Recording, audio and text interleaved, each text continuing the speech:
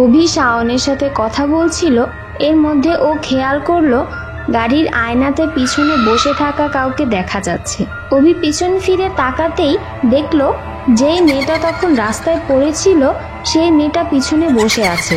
আর এটা দেখে অভি অনেক ভয় পেয়ে যায় আর চিৎকার দেয়, বাঁচাও ভাই, দেখো এটা তো সেই মেয়েটা, ও এখানে কি করে আসলো?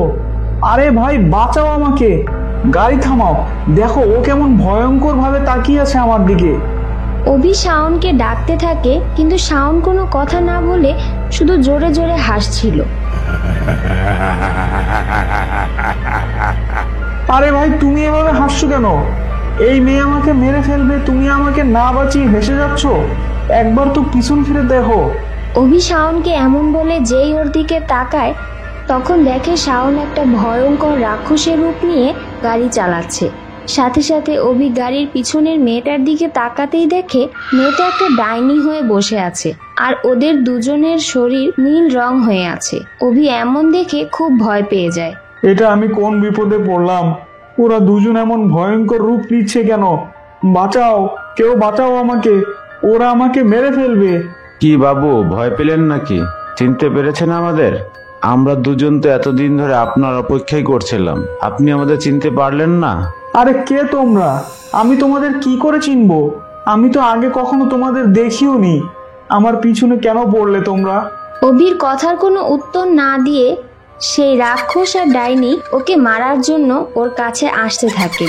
এর মধ্যে অভি গাড়ি থেকে সামনে একটা আলো দেখতে পায় আর ভয়ে সেখানেই অজ্ঞান হয়ে যায়।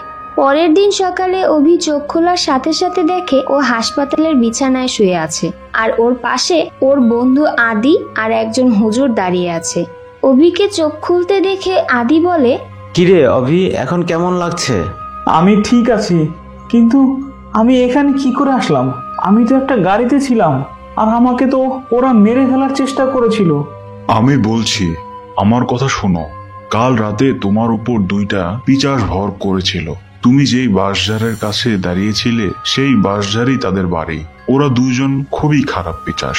ওদের কাজই এমন, যখনই কাউকে একা সেখানে পায় তখনই ওরা তাকে ভয় দেখায় আর বেশি সময় পেলে মেরেই ফেলে। তাহলে ওই পিশাচটা অভিকে মারার চেষ্টা করেছিল?